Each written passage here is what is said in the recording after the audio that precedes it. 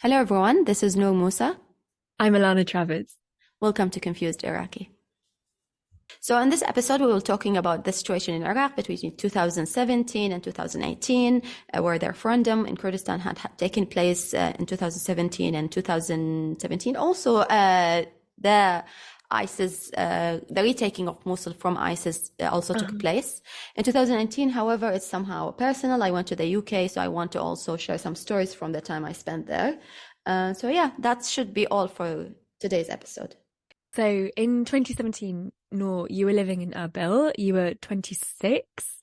Um, Not that it particularly matters, but just for context, I was at university. I was in my second year. I was 20. So I remember sort of becoming more and more interested in Iraq and the Middle East. And like you said, there are a few key things in 2017, the Kurdistan independence referendum, which was the 25th of September 2017, and then the sort of the whole-scale defeat of ISIS in Iraq, which was in December 2017. So 5 years ago to the month that we're recording this podcast. And I guess it would just be fascinating to hear from you what it was like to be in Erbil in this quite, historic time. There's a lot going on. And particularly the Kurdistan Region referendum, because, there might be people listening to this podcast who don't know anything about it. So perhaps you could give a little bit of background and talk about what happened. Yes, that was almost a year into me living in Erbil that I started hearing about the referendum. As an Arab, non-Kurdish, Mm. uh, I didn't understand what was happening, to be honest. And I didn't feel any emotional connection to it. I was just trying to figure out what is happening. You just started seeing lots of ads around. People started speaking about a referendum. Kurdistan is going to have to vote for yes or no for independence from Iraq. You started seeing like things escalating day after day. Things are a bit similar in the street, like Mm. not that conversation hasn't really kicked off yet. But then a few weeks into the referendum, things got very intense. And I Mm. think many of the Arabs here in Kurdistan started asking is like, what's going to happen to us? What is actually happening? Yeah, yeah. And I remember that the Iraqi government position at that time was like, this is not the right time. We are like fighting ISIS. The country is in an internal war. We shouldn't be Mm. having that Mm. conversation. But then also being in Kurdistan and hearing how Kurds are very excited. Well, of Everyone course. was very excited. There were like celebrations even before the referendum, like because everybody was saying is like we're finally giving our voice. We definitely Yeah, know what we want, but that like yeah. it's just finally happening. It was exciting time for many of the people here. So it was interesting time to be honest, as Arab, especially as Arab living in Kurdistan, and like even with taxi drivers, you start having these conversations everywhere. Yes. God. And do you remember? I mean, I don't see why you would, but the little sort of snippet that I know about how sort of internationally this referendum, and actually we should just explain this is a referendum for the independence of the Kurdistan region, and it did take place because the Kurdistan region is an autonomous region and it can kind of do whatever the hell it wants, but it wasn't ever really accepted. But it was, and there's all sorts of sort of allegations of voter fraud. And personally, I've had many anecdotes of people who went to vote several times. But the results were 93% in favor of independence. But of course, it wasn't really, implemented, and we can discuss that in a second. But I only have one little brief story to add. But I was chatting to a guy who used to work for Masroor Barzani, and he was saying that during the sort of the run up to the independence referendum, Sir Michael Fallon, who was the British defence minister at the time, flew out to Erbil especially to try and convince the president not to hold this referendum, and again was kept saying, it's not the right time, not the right time. And they sort of, I think Barzani turned around to him and was like, did the federal government ask you to do this? And he said no. And so he was just sort of like, well, what the hell are you doing?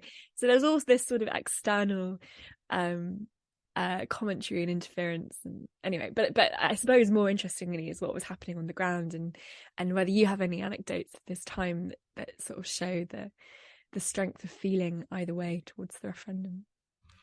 Yes, actually, there were two things that happened.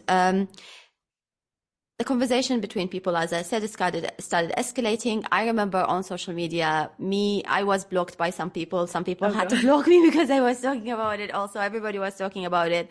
Many people were thinking this is not the right time, but Kurd had that. I think it's like genuine Yeah. questions, like if not now, when? And like when is the right time to do it? But for Iraq and many Iraqis, it's like this is not the right time because the country is trying to defeat. Well, massive ISIS Yeah, threat. exactly, in the Yeah. country, and like this is not the right time, and we needed the Peshmerga. The Peshmerga were part of the liberation force.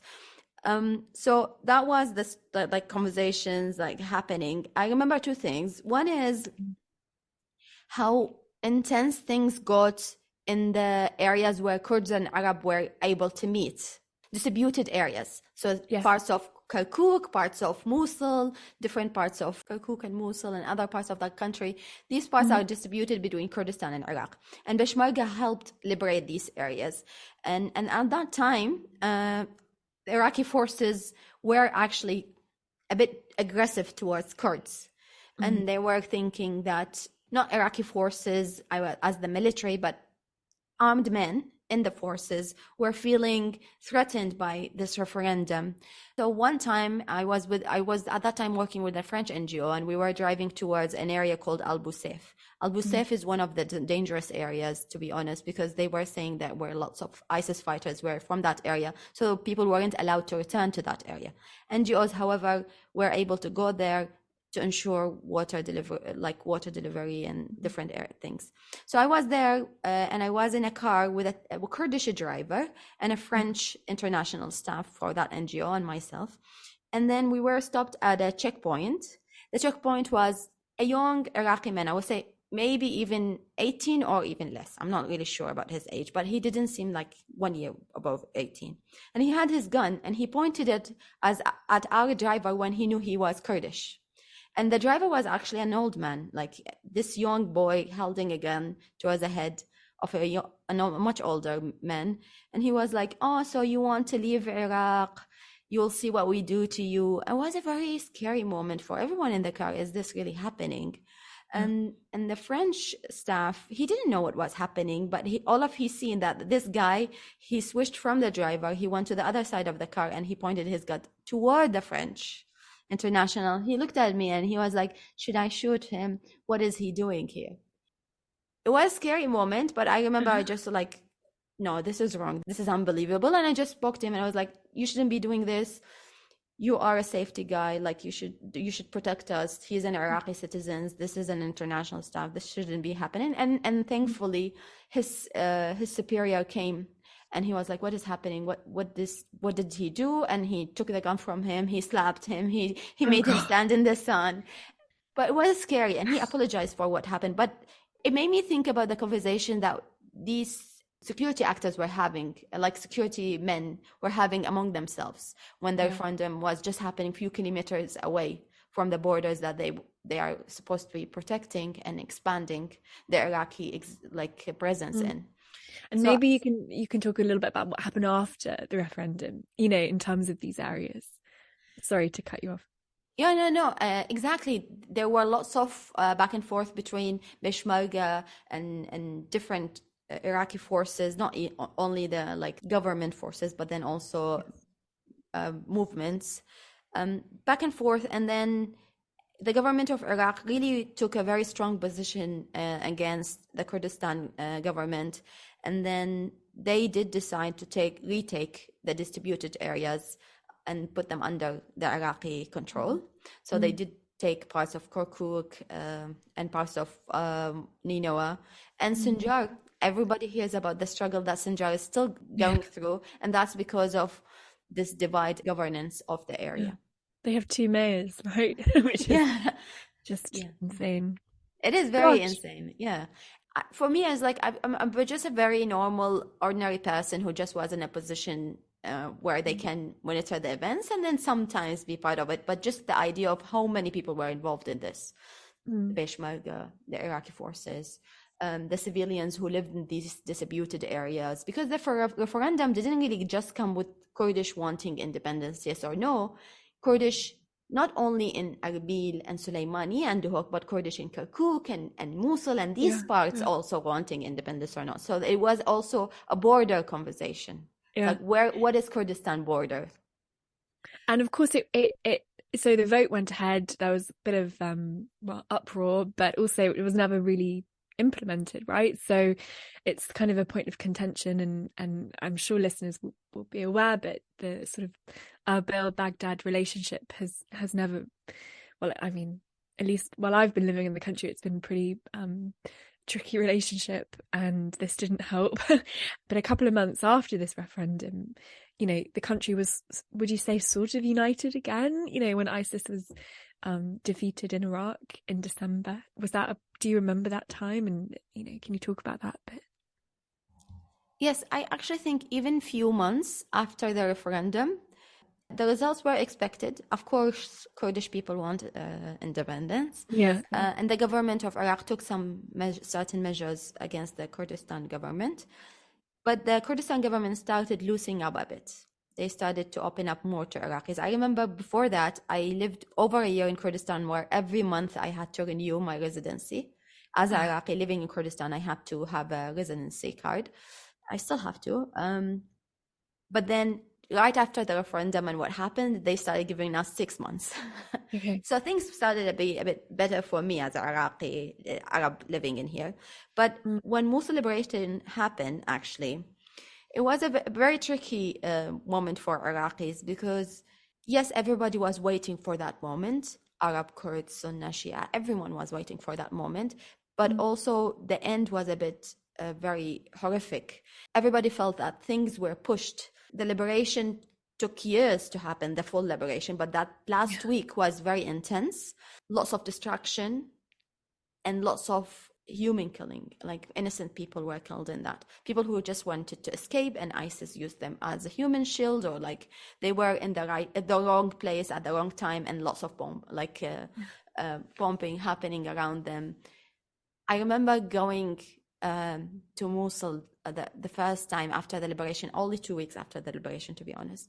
And then just seeing the river had abayas, the female abayas in the river floating. Wow. God. And lots of abayas. And I was like, what is that? It's very different. Like, it's very interesting. And they were just like many women, they were trying to cross this bridge and they were shot and they just fell into the river. Oh my God. And then what I was seeing is as a strange thing, just at the moment that person explained to me, was like, unbelievable, these are dead bodies in this river, like so many dead bodies. It was very sad just seeing how the streets were empty, destruction everywhere, and only few men there around trying to clear out the area. There were also security actors who were trying to clear it from mines. So it was empty, a ghost city, but with few men around. I would say I was the only woman at that time. And I have a very funny story from that, actually, from that visit. Please. Yes. But it's just seeing it and how sad. And then we were having tea with this old man who stayed the whole time during ISIS in the city center of Mosul. And he was saying, at night, we hear sounds and we know that the area is clear. We know that nobody is here. We hear sounds of women and children, and probably it's people who are still trapped under the destruction, or actually we just hear ghosts. I still remember that person. It was just very, very disturbing moments. But the story is actually also interesting because we went very early after the liberation. I was at that time working with a radio station. And we went because we wanted to seize the opportunity. We are Iraqis. Maybe we can push ourselves and going and seeing the situation and recording and making some stories. So we managed to reach to Al-Nouri Mosque. And Al-Nouri Mosque is where Abu Bakr al-Baghdadi gave the speech of the taking of Mosul. He announced the Islamic State. And then 3 years after that, it was now liberated, but the mosque was somehow completely destroyed. Yeah. So we were in the mosque and we just started hearing gunshots. And then we saw the federal police car just following us. And so we just immediately realized that we are the target. It was 4 of us. And then we stopped, and then they came, these security actors, this federal police men, and they stopped us, and they looked at the group and they're like, what are you doing here? We were like, we're journalists. We're just here to look around. And I was like, you shouldn't be here. But then they started looking at me and they pointed at me. So people should know at that time, women were completely covered, like 3 years under ISIS. If you are in Mosul and if you are a female, you should be covered. But I had a very short curly hair, black curly hair and short. And I was wearing men clothes, like a tracksuit, and it's like very gray and very dark brown trouser. So I looked like an ISIS fighter, to be honest. So the security actors were suspecting that I was like an ISIS fighter. And then there's like, what is that with you? And they were like, oh, she is our colleague. And I was like, oh, it's a she. Okay. And then they just took a selfie with me. The security actors like, oh, we are sorry for the mistake. Let's just take a selfie. And they stood in line and put me in the middle and took a picture with me. They go from being offensive to wanting to take pictures of the women. Yeah, it's just, I think they were thinking that this is very awkward setting. Like, women shouldn't be here, especially that the liberation just happened. Women should be covered, but then also that tells you how alerted they were. Yeah. They're trying to keep their eyes everywhere in case there's something happening around them. And you know, federal police is recruited into an area after it's liberated. So they just try to ensure things are settled between civilians. So it was interesting that being there and that happened. Again, very scary day. I still remember the day, but at the same time, it's just so many things that happened that day I would always remember. And it's something you wouldn't experience in a normal life. I can't even imagine how the scale of the destruction you must have seen, you know, because even 5 years on, I've been to Mosul a few times. That, you know, the old city is still completely, I mean, yes, and the mosque is being rebuilt, and the Our Lady of the Hour church, and, you know, all these, you know, initiatives. But if you step back and look at it, it's still, you know, unbelievable amounts of rubble. And I can't begin to imagine how it felt to see it. I also have another story from that day. So that church you just mentioned, I think it was the agriculture ministry during ISIS time. So we also went inside the building because one of the four people was a Christian journalist who wanted to also make sure that he has some content for the Christians audience. Yeah. So we went to the church, and then when mines are, they spray paint a red circle around. And there were lots of red circles in that area. And I've almost stepped on one. Oh my! And then just somebody stopped me. He was filming. I was like, no, don't. And then I looked, and it was just under my foot. And no! Yes. It was my mother's birthday. And it was like, that's the worst day for this to happen. Die. Yeah, yes. God. But I was in a church that you couldn't tell that it is a church. And you find all of these ISIS books with like cows, how much they should eat, and how like systematic farming, but in a very beginner's way. Yeah. It just made me think what year we are, or what year these people live in. Because I just didn't understand. I hear stories from people who stayed under ISIS, and they were saying it was actually, they told me, to be honest with you, it was the best time we had in the city when it comes to systems. ISIS ensure system existed. The municipality did their best. The city was the cleanest as it could be. And I was unsure, was like, how realistic is that? Especially when I saw their books. It's just very basic. But that just tells me as an Iraqi how desperate people in Mosul and these areas were even before ISIS. Yeah. Like service-wise and like quality of life and services that was provided to them. So something like that is offered by ISIS was something that they reflected on, and it was like not bad. Yeah, it just tells you how much people struggled, and not only during ISIS, even before that. Yeah, from, I suppose, my sort of perspective, if we're looking back at narratives and different histories of this time and how they've been told, the narrative that I was reading in the West was all about the liberation of Mosul, the defeat of ISIS, but it was also still through the lens of of terror attacks in the UK.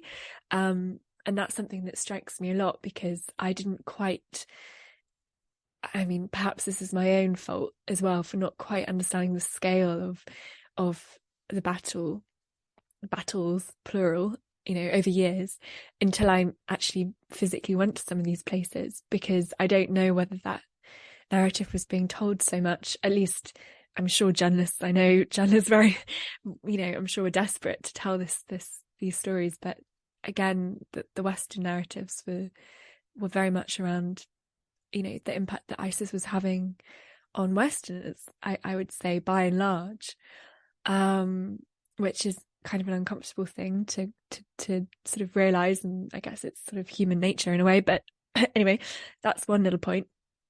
And secondly, the fact that it's been 5 years since this defeat, and so little has changed for lots of people, and it's worth just making the point on this podcast that there's over 1 million people still displaced in Iraq, by and large, because of the conflict. And I this figure as well, it's from the IOM. I know people dispute it, and I'm beginning to think maybe it's not the most reliable, because a lot of these people who've been displaced will now never move back, so they've just moved essentially. But there are Syrian refugees is probably a slightly separate issue, but there's almost 100,000 Syrian refugees living in camps still in the Kurdistan region a decade on. And I think there's around 300,000 displaced Yazidis in primarily the Kurdistan region. Not all of them are living in camps, but the vast majority are. So, there's a lot of people who are still suffering directly, that their lives aren't getting any better. So that's worth making the point as well. This is not really a case closed issue, but it would be easy to paint it as one. And I guess, unless there's anything else that you wanted to add, I wonder whether it would be nice to talk about your studying in the UK. And I mean, what on earth that was like to go from this context to a university in the United Kingdom. I can only imagine the contrast that must have been. Yes, I actually have two more things to add before talking about the time I spent in the UK. So one thing is, when I returned to Iraq after UK, and up to this moment, lots of rehabilitation projects. That tells you up to this moment, the destruction has been impacting people's life. Many children are not able to go to schools. Hospitals also, people face issues reaching health services because of destruction of hospitals. And that comes from something that at that time, a conversation amongst Iraqis and also on media is on the destruction that was caused by the coalition forces. Through, drones and strikes. Yeah, exactly. And not only... So not the Iraqi forces' advantages, but the coalition. So that could be a tricky thing for me to say, but from what I heard from journalists and from Iraqis, that the Golden Division, the Iraqi Golden Division, has actually contributed to the most to the liberation. They lost lots of fighters, and they advanced the Iraqi forces within the liberation. But then the coalition has actually created lots of destruction, especially to infrastructure. I remember I working with NGOs at that time. This NGO says, like, we have to have rehabilitate a water treatment plant that didn't really need it to be bombed. There was only one sniper in that area, and then they could have found a different way to end the conflict in that area without destruction of the whole infrastructure, hospitals, schools. On average for a school in Iraq, I think on average for a school in Iraq to be rehabilitated, it would take, I think, 10 years, while it should be like 3. So imagine like the size of impact of that destruction up to this day and in the future, similar to hospitals and other really, really important infrastructure that was destroyed by the coalition. So I would say, as an Iraqi, when I started hearing these stories, I started holding some grievances towards the West. Before that, I didn't. I was this person who went to the state, who was excited about learning about democracy and trying to advance Iraq systems in a way that is a bit Western. But then ISIS conflict made me realize, and the way that the West had the media and then everything was handled, just made me realize that actually we should, as Iraqis, we should be more outspoken about what we are going through and our needs and how we are contributing to our issues and our solutions, and how the West can sometimes cause more damage than actually adding value to our context.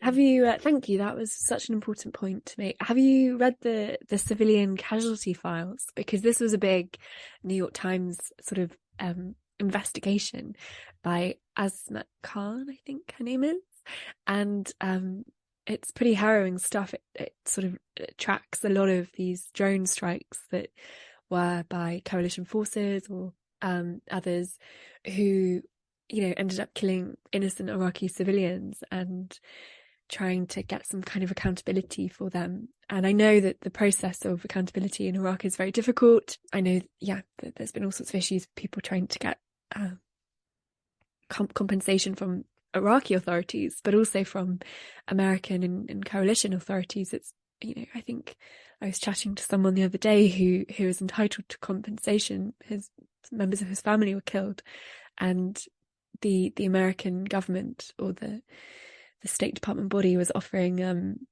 like $10,000 or something, you know, or maybe it was even less than that. It was just such an insignificant amount. It wouldn't even, you know, fix his car, let alone his property. So anyway, I mean, I don't know what my point is there, but you're right. That there was an awful lot of destruction that will never be healed, and was directly responsible by those who were trying to help, I suppose. I guess Iraqi's point of view was the country has already been distracted by 2003. We should reflect on destruction and creating more destruction in this country before we do that. Mosul is the second biggest city in Iraq. The whole city center was destroyed. That's not useful for Iraq. A fight like this could be handled in different ways. And I think for them we should have learned from experience. The global coalition should have learned from the 2003 coalition. It was just didn't make sense. Yeah, exactly. It's just like we couldn't enjoy celebrating the liberation because we lost so much, especially in the last week or more. It was a very disturbing time for us and a confusion moment for Iraqis, I would say myself. So. So in September 2018, Noor was awarded a scholarship, the Chevening Scholarship, to study abroad in the UK. And I believe she went to Nottingham University at City Education. And it's really funny, I didn't really know much about your time in the UK, so I'm intrigued to hear how your experience was. I, for what it's worth, was in my final year of university at the same time, which is quite funny, also in the north of England. And I just wonder how on earth our experience differed, and you know, firstly what it was like to spend time in the UK, but also, you know, to interact with other people, talk about Iraq, and sort of discover a whole new culture, which, you know, for better or worse, is quite different. Yeah, actually, I was very excited. Prior to going to the UK, I packed my bag, I think 2 weeks before that. I was just very excited to go start my master journey in the UK. But then one thing that stopped me from enjoying it very much is that I had very nice life in Erbil. I enjoyed my life so much in Erbil because during the crisis time, I was a radio journalist. I was meeting these very interesting people, journalists from around the world, meeting people who were impacted by the conflict, going out in Erbil, talking about these interesting things that are happening. And then I just found myself in a country where the weather is very unpredictable. I'm a student. There's not much to do there. It wasn't very, very nice time in my life, I would say. I enjoyed seeing something different. I definitely became more sarcastic. the experience just made me realize how much I do care about the Iraqi context and how much it's useful to go and learn abroad. But then without that background that I have, I wouldn't been able to contribute much to the West, like to the UK. If I wanted to focus my study on something general that could be beneficial somewhere else, it would have been as valuable as having the Iraqi experience and reflecting on the Iraqi experience. So I was in the UK, but most of my study and my research was done on Iraq and education in Iraq, the humanitarian crisis in Iraq. So I was also always talking to people who are still here, feeling like I should be in Iraq, but then I don't have that same education. Your master's was on education, but it was based. Can you explain it? Sorry, Yes. Yeah. So I wanted to become the next Iraqi Minister of Education someday in the future. So I wanted to study educational leadership and management because we don't have these things here in Iraq. So it was a great opportunity to go and study it in a country where they do have that kind of master degrees.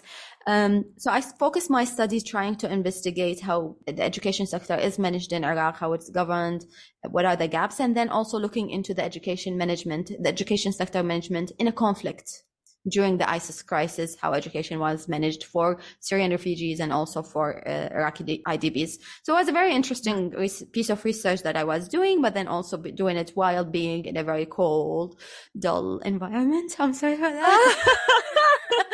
I was like, I should be in Iraq. I should be having more interesting conversation there. Can I just say, yes. Point of interjection. I'm currently recording this episode back in the UK.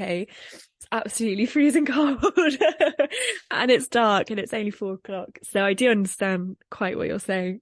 Yeah. And then one thing is I was the first Iraqi student in that course ever. Yeah. They had it for a few years and I was the first person from Iraq. So there wasn't much that was useful for me, similar to my context. It was mainly focused on UK, China, different parts of the world. So I had to find ways to bring Iraq to the conversation, which was interesting for me. During the whole year that I spent in the UK, there was one incident that I would never forget because it's the one that inspired this podcast that I want to share. I've already told you the story, but I am happy to keep repeating that story because for me, it's the moment that I realized I should be speaking more of the Iraqi experience. I took a break from studying. I went to Bath, and during the evening, we went to a pub there, and that pub had marks, money from around the world, around the pub. And I was looking around it. I was like, this is Chinese, this is from where? And I was like, where's the Iraq one? Immediately, the thing inside me, I was like, where's the Iraq one? And I started looking and I saw it in front of me, a framed Iraqi mark, the only framed mark just above the bartender. And it was an old one with Saddam Hussein face on it. So I was like, oh, this is the Iraqi one. I found it. I wonder why it's the old one. Why? Because we changed our money since 2003. Like we have completely different marks. Coincidentally, the table next to me was a senior citizen, an old man sitting alone, just next to me, actually, the next table. And he was like, this one, my son brought from the time he was in Iraq. He was serving in the army. And that was the only thing he said. I thought it's interesting that I was seated next to that person and he told me that information. But then I kept thinking about it the whole time for the next 2 days. And I was like, how interesting that incident. But then I started thinking, why that person he had the chance to be seated next to someone whose his son went to their country and fought. He had the chance to ask, so what is the situation there? He was sitting alone. He probably, as a person, he was a bit like introvert or he didn't want to speak about things. But I just, from my point of view, I was like, I should have been told something nice in return. Or like I should have been shown some care. I don't know. I just felt like the Iraqi. And that comes from actually, because I traveled to the States multiple times prior to that time I went to the UK. To be honest, every time I was in the States, whenever I say I'm from Iraq, and I spoke to many other Iraqis, they had similar experience. That usually Americans do ask us, like, how are you? We are sorry for what happened. So how is the country situation now? I'm sorry, we don't know. Or like we are not with this. They at least open the conversation. They do talk about it. But in the UK, full year, I never had that interaction with any person. And I thought that moment I should have been able to have that interaction, at least like, oh, finally an opportunity, someone is going to ask about what happened to Iraqis. And that was the same with people on your course as well. Yes, And nobody ever asked or talked about what is the situation. And that's the time, like it's in 2018, only 1 year after Mosul liberation. yeah. And it was for me a bit, not only feeling lonely, but I was like, why there is no attention to the Iraqi stories? Yes, in media there you hear about the context and what is happening, and probably about the British ISIS fighters. But where is the Iraqi perspective? And that made me think that maybe I should do a podcast about the Iraqi perspective. And since 2018, up to this moment, thankfully, finally, we are making this together. So I'm very happy that it's finally happening. But that was the motive. And I would say many of us Iraqis, and maybe not only Iraqis, any citizen who travels to a country where they feel that country have somehow interfered in their lives in an indirect way, would be interested in having a conversation and sharing and at least like reflecting on it. Yeah. Can I thank you for sharing that? Can I add, at the risk of making this podcast far too long, that I really understand what you're saying. Maybe it's too simplistic to say it's the British character, but I do think there's something in that about slight uncomfortableness. Maybe also just the way that things work in the country. A lot of people probably don't feel, directly responsible for what happened. And I understand that too. And also just a sense of awkwardness. The British are quite awkward people. My dad actually just texted me to say he had his hair cut today by a guy from Erbil, and I was quite surprised because they had a conversation about it, and he was saying this guy was telling him about why he left, and he said that he was from Howler. Where's Howler? And I was trying to explain that that's what Kurds call Erbil, la, la. And that I was wondering why that tickled me so much, but I think it's because I don't think he's ever really had that kind of conversation with anyone before, and I'm sure it's because, well, not to say it's because of me, but because he's interested, because I've been telling him about things, because he's listened to some of these podcast episodes, and so there definitely is something in that breaking barriers and etc. But I wonder, I wish we knew where this guy in the pub was now, because I wonder maybe he thinks about this exchange as well and wishes he'd said something, and maybe he thought it would be inappropriate to ask you, or he felt uncomfortable or ashamed, or maybe we don't know what happened to his son, all sorts of things. But yeah, I totally understand how you feel. Thank you for sharing. Exactly. And I think Iraqis are part of it. You rarely hear Iraqis writing something, making something that actually enables others to read these stories or be able to interact with them. It's just, we also don't share much. This is something like even among Arabs, Iraq is seen as like this self-isolating country. I think this is also within us that we also have to change, because we do have experience that it would be better for everyone that we reflect on, like collectively. And internally, we don't really share with each other. As you remember, I was saying that Arabs don't really know about the Kurdish experience. I personally had to live here to know some of the Kurdish experience. I'm sure there's lots of it I haven't been able to hear. That sharing enables us to understand each other better. So probably I don't really have any hard feeling on that old man. It's just my thinking was like, somebody needs to start talking, and I should be able to do something on my level. I wanted to end the story actually. The next day I went to that place again and I gave them the new money. So I don't know if they have it. So if anybody goes to that pub and you find the new Iraqi money there, let me know, because that's my money. What's the pub called? Because one of my brothers is in Bath at the moment. I'll let him know. I don't remember, but I will send you a link. Maybe we can also find a way to share that link on social media for the people who are following us. But yeah, if you find that money, let me know. That would be nice to know.